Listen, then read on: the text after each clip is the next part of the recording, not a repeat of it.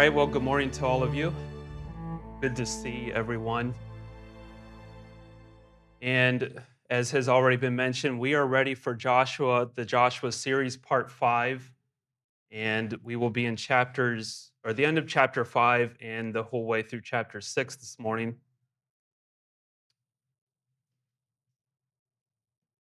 And my kind of a semi title here is Victory Through Faith and Obedience. And the story that we're going to be covering here this morning is very well known, probably one of the most popular Bible stories about Joshua and Jericho. And I think a lot of us here grew up as children singing songs about that, um, hearing sermons about it, and just something that's very well known. And hopefully this morning we can dig out a few things that maybe you haven't thought about and breathe some new life into this. Victory through faith and obedience. We are in a time of warfare, spiritual warfare. We have an enemy, and we are called to fight the good fight of faith. The church is an army, and we are soldiers in that army. Jesus is our captain and king, and we are fighting along with him to take back what belongs to him.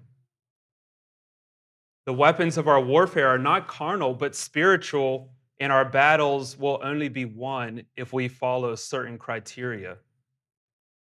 And through our lesson today, we will be looking at 4 keys to victory that the children of Israel and Joshua learned, and hopefully we can learn in our own lives as well and apply them.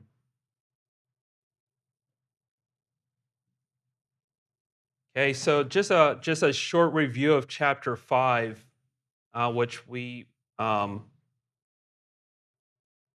on last time.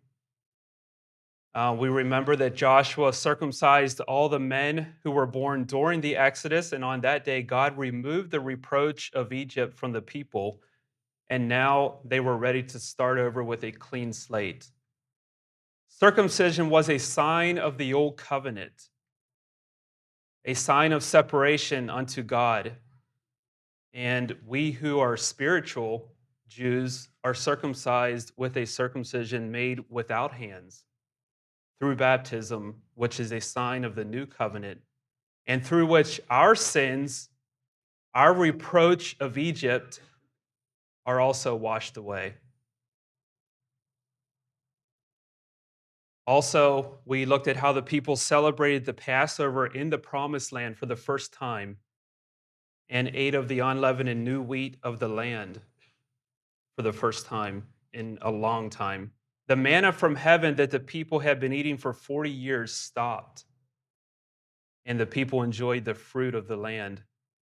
We also have a feast of celebration and thanksgiving in remembrance of our deliverance. In our feast, which we celebrate weekly, we partake of the living bread from heaven, the body of Christ, which he gave for the life of the world, the manna from heaven. All right, so that's just kind of a short review. So Joshua and the people are now prepared. They have gone through circumcision. They have partaken of the land in a new way. They're ready to start conquering and reclaiming the land, and Jericho is first in line. So we'll just start reading here in Joshua chapter 5, verses 13 through 15. Then it came to pass when Joshua was at Jericho, he looked up and saw a man standing before him with a sword drawn in his hand.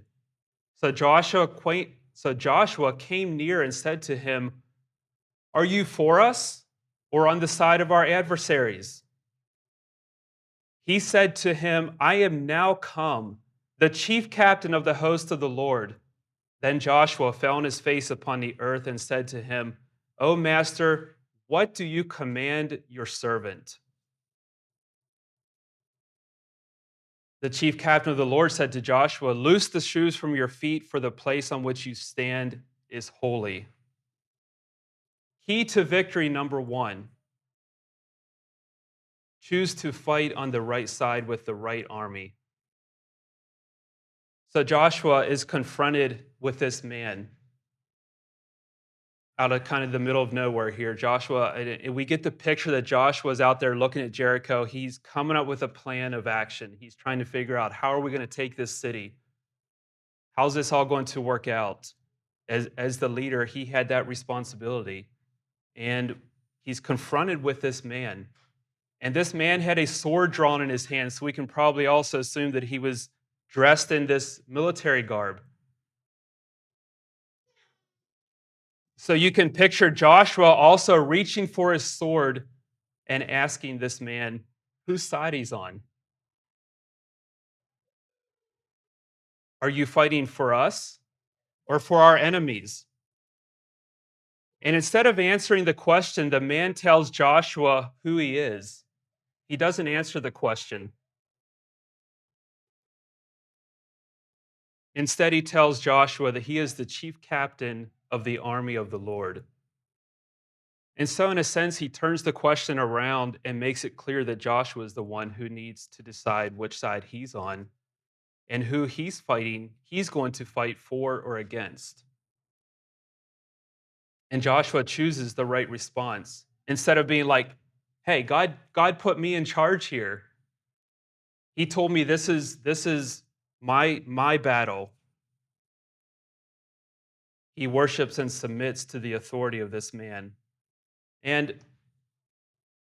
from the way that the man responded when Joshua fell on his face, and the fact that he told him to take off his sandals, would seem to indicate that this was Jesus pre-incarnate, and most it seems like most people would say that he was Michael the archangel, and we don't have that here for sure. But I've never seen an angel allow somebody to worship them and then tell them to take off their shoes because they're on holy ground. So it would seem like this was Jesus himself coming here.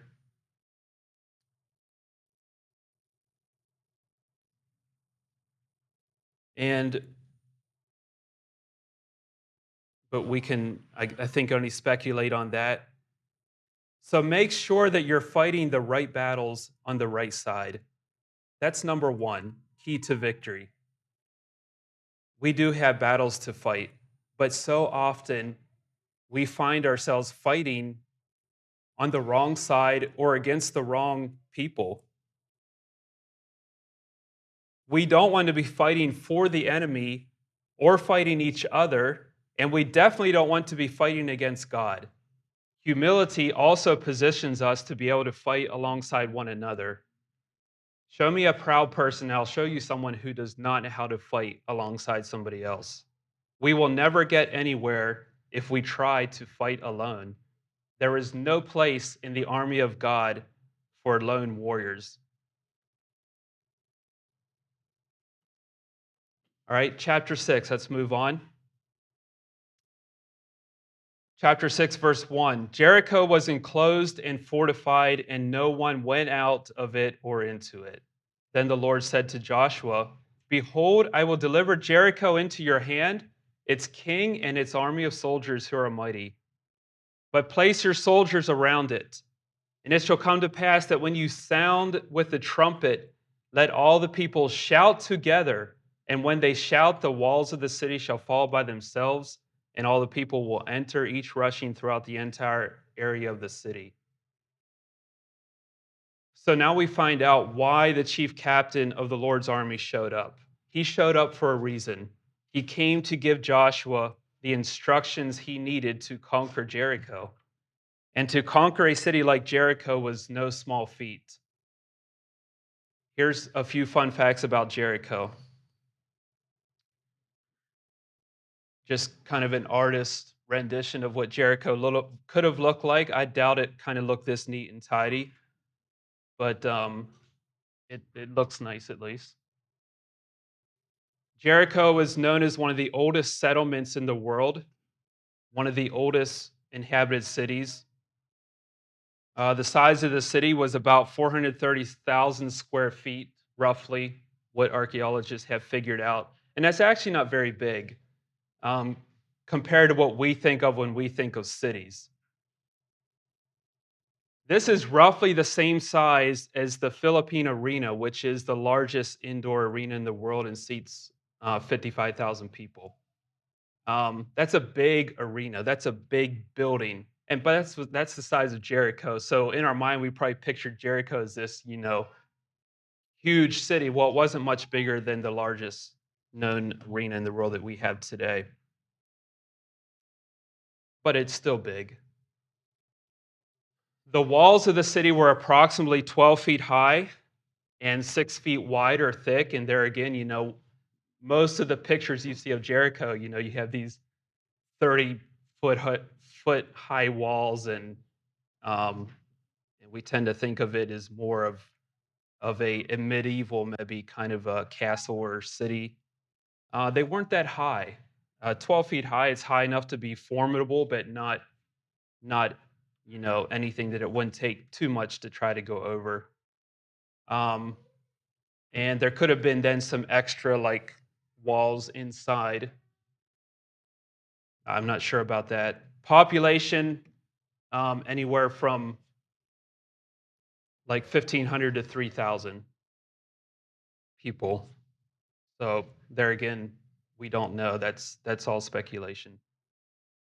So this might not seem super impressive, but we need to remember that Joshua and the children of Israel didn't necessarily have a well-trained army either, or any special kind of equipment to breach a wall this size, not to mention fight the mighty army. That's what God calls them, the mighty army that was inside and awaited them on the other side. So Joshua needed a plan of action, and God's messenger, this captain of the Lord's army, had shown up and handed it to him. And here it is, plan of action.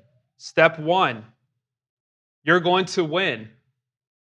How's that for a plan of action? I will deliver Jericho into your hand. Just gives him the promise right off the start. You're going to win. You're going to take this. I am giving it to you. Plan of action step 2, place your army around the city. Get this thing surrounded. This is still your battle. You're going to get involved. God's not going to do it all for you. Plan of action step 3, at the sound of the trumpet, everyone's not going to grab their swords and rush up to the wall and try to climb over. You're going to shout. We're all going to work together. Unity is a powerful weapon. And everyone knows how to shout. Everyone may not know how to handle a sword or a spear or shoot an arrow, but everyone can shout. So, pretty simple instructions, actually. Prepare to win, surround the city, and shout. Simple instructions, but following these instructions required faith and they required obedience. Like, whoever conquered a city like this?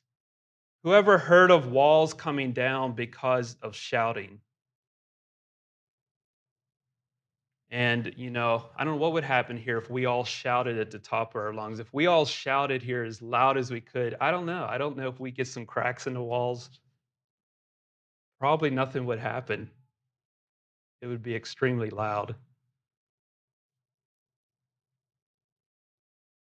But that was the instructions for Joshua and the people. All right, verse 5.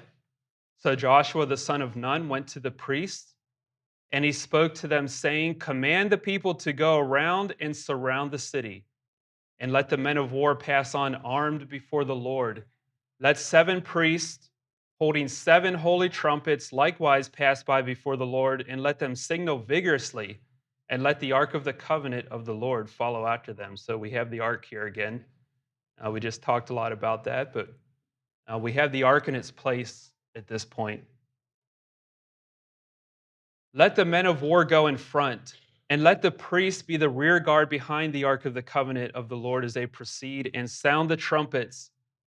Now Joshua gave a command to the people, saying, Do not shout, nor let anyone hear your voice until the day I myself tell you to shout, and then shout. So when the ark of the covenant of God went around the city, it immediately returned into the camp and lodged there. Then on the second day, Joshua rose early in the morning, and the priests took up the ark of the covenant of the Lord. 7 priests carried 7 trumpets and went on before the Lord.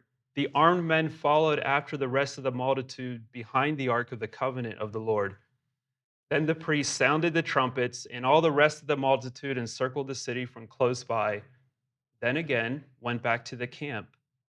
This they did this for 6 days.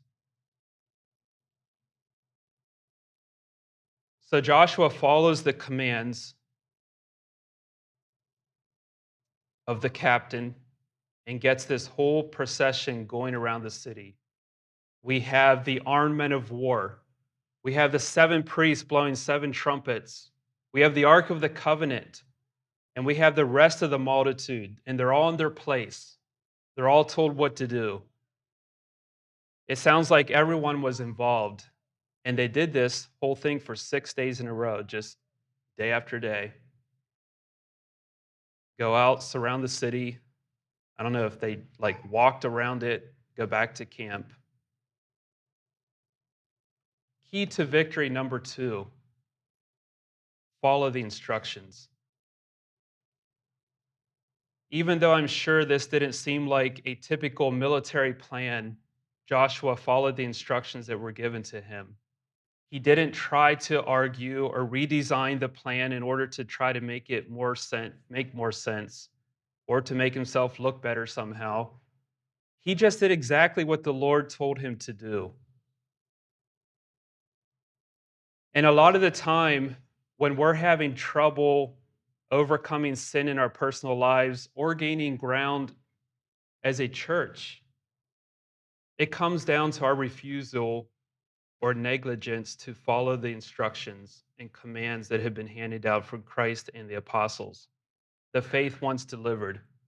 We try to come up with our own battle plan or adopt a more popular plan, and then we wonder, why aren't we succeeding? Why isn't this working? Why am I defeated? Why is the church falling apart? Why are people leaving? Why isn't the battle being won?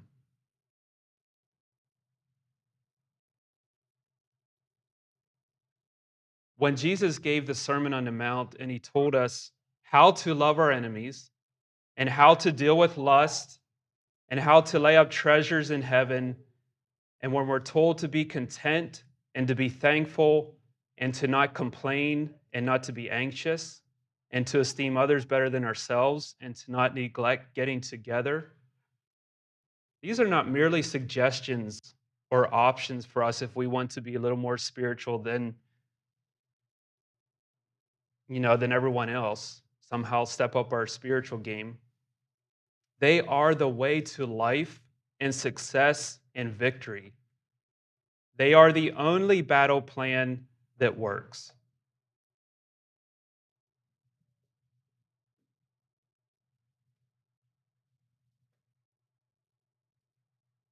Verse 14.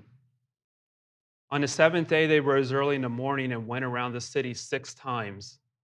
Then it came to pass that as they marched around the 7th time, the priests blew the trumpets, and Joshua said to the sons of Israel, Shout, for indeed the Lord has handed over the city to you. What is significant about the number 7? Or is it just coincidental that there's 7 priests blowing 7 trumpets, and everyone is told to march around the city 7 days, and on the 7th day, they go around Jericho 7 times? It's a lot of sevens. And it's not only in this chapter in Joshua, the number 7 is mentioned around 380 times in the Old Testament and another 88 times in the New Testament, with 56 of those being in the book of the Revelation alone. So it's hard to overlook. it's hard to just think, well, this is a normal number that coincidentally, was used. After all, God finished the work of creation on the seventh day, and then he blessed and sanctified that day as well. There's a lot that could be said about the number seven and its meanings and the times that it was used, but I've decided not to go there, although it would make an interesting study someday. But one parallel that I will mention is found in the book of Revelation, because I think this is a really neat parallel to what we see going on here with Joshua and the people. This is Revelation 11, verse 15. Then the seventh angel sounded, and there were loud voices in heaven saying, the kingdoms of this world have become the kingdoms of our Lord and of his Christ, and he shall reign forever and ever. So in this case, we have the seventh angel blowing the seventh trumpet, and just as it signals that the kingdoms of this world will become the kingdoms of our Lord, so also when those seven priests blew their seven trumpets on the seventh day, the kingdom of Jericho was handed over to Joshua. Let's keep reading. This is still Joshua speaking. For the city shall be accursed by the Lord, and whatever is in it. However, preserve Rahab the harlot and whatever is in her house. But be very careful to keep yourself from what is accursed, lest you yourself consider to take from it what is accursed, and then you shall make the camp of the children of Israel a curse and destroy us. But all the silver, the gold, the bronze, or the iron shall be holy to the Lord and brought into the treasury of the Lord. So, here, right at the last minute, right as Joshua is telling them to shout, this is yours, the city is yours. Right here at the last minute, he gives some final instructions. Number one, they are supposed to save Rahab and all that is in her house. And we would have went over a lot of that story earlier on. And also, they are to keep themselves from what is accursed, which basically refers to the belongings of the people of Jericho. Even the animals, we find out, were part of that. Rahab was saved by Joshua, a type of the Gentile church saved by Jesus and called out of the kingdom of this world. And as Jesus told us, we are in this world, but not of it. And as we are engaging and reaching out to the world, we need to be careful that we are keeping ourselves from what belongs to the world, namely its spirit, the lust of the flesh, the lust of the eyes, the pride of life, and so on. Key to victory number 3, guard yourself from sin.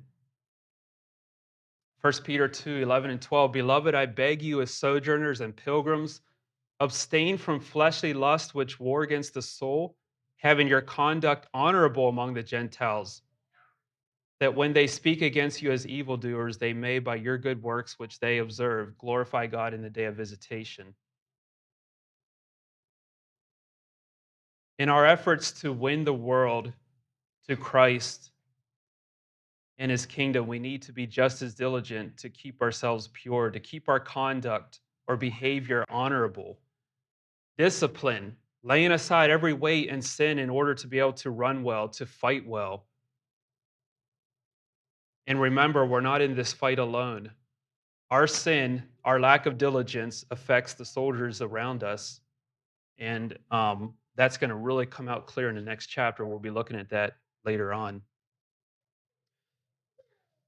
There's this um, train of thought out there that, the world's an evil place. It's a wicked place. And we need to stay as far away of it as we can, and it would be good if we could just kind of build our little community shelters and out in the woods somewhere and stay away from it all because it's wicked and we don't want it to touch us and we don't want to touch it. And I don't think that's what Jesus had in mind um, when he sent us out into the world and he said, you're going to be like sheep among wolves, and you're going to experience persecution and you're going to have to fight. And But along with that is that we need to guard ourselves well, um, be attentive, be cautious, be disciplined, and not join with the thought of the world that's out there.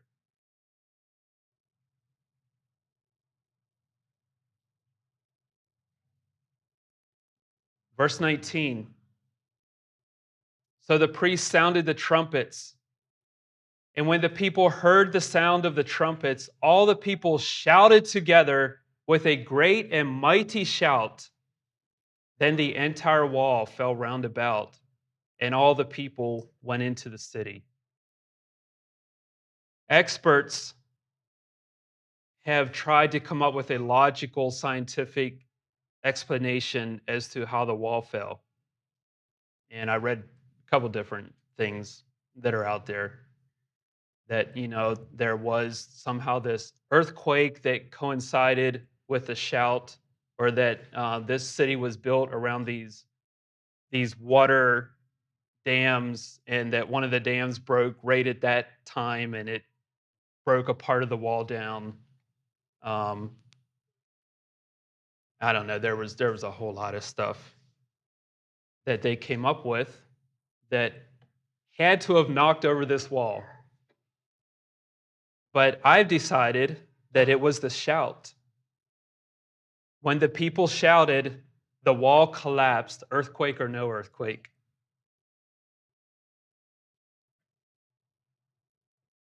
And like I said, I don't know if we would shout if that would happen to these walls or not.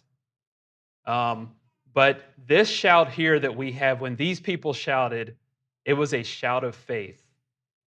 And I think they believed with all their hearts that what they were told was going to happen when they shouted, something supernatural was going to happen. We're told in Hebrews 11 that by faith, the walls of Jericho fell down after they were encircled for 7 days. It was by faith. It was that shout of faith. It was that true faith that these people had that took the walls down. If the people would have just had faith and believed that God could give them the city but never obeyed his instructions, Jericho would not have been defeated.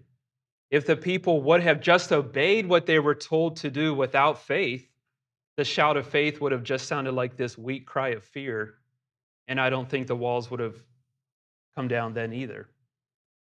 But through faith and obedience, which worked together with God's supernatural power, the city of Jericho didn't stand a chance. These walls didn't stand a chance. Key to victory number 4, very simple: trust and obey. Okay, most of us know that song. Faith and works are not in opposition to one another. They are a powerful duet to get us to victory. Our obedience proves how much we actually trust our King. Without faith, it is impossible to please him, and without obedience, our faith is dead. So you just can't have one without the other. You can't choose one and not have the other. Or if you just choose one, it's not going to work. John tells us that our faith is the victory that overcomes the world, but he also tells us that keeping God's commandments is the way that we validate our faith.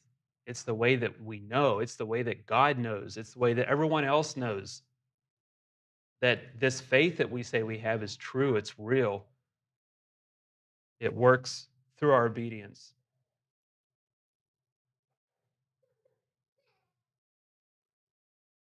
Verse 20, Joshua put the city under a curse with the edge of the sword and whatever was in it, from man to woman, from young man to old man, and from calf to donkey.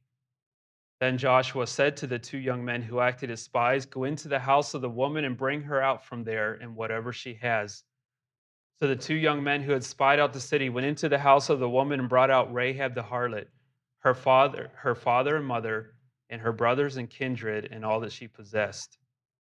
And remember, she had been told that to have them all in the house, That was crucial. They said, we can't promise anything outside of what's in your house. And it sounds like she had them all there, and they were saved because of that. They set her outside the camp of Israel, and the city with everyone in it was set on fire, but the silver, the gold, the bronze, and the iron they brought into the treasury of the Lord. Thus Joshua kept alive Rahab the harlot and all the house of her father, and caused her to dwell in Israel to this very day, because she hid the spies Joshua sent out to spy out Jericho. Joshua adjured Israel on that day before the Lord, saying, "Cursed be the man who rebuilds that city. He shall lay its foundation in his firstborn son, and he shall set up its gates with his youngest son." Thus did Hiel from Bethel. He laid its foundation in Abiram, his firstborn son, and he set up its gates with Segub, his youngest surviving son. So the Lord was with Joshua, and his name was known throughout all the land. They won the battle through faith and obedience, through following instructions.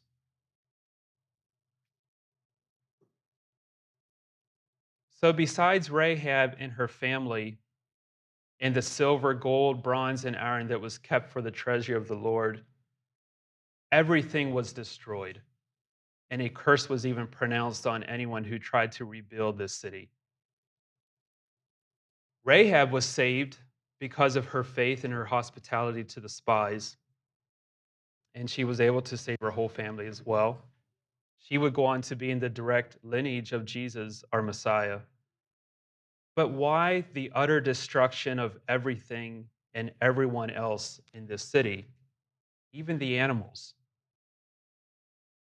Come back next time for the answer.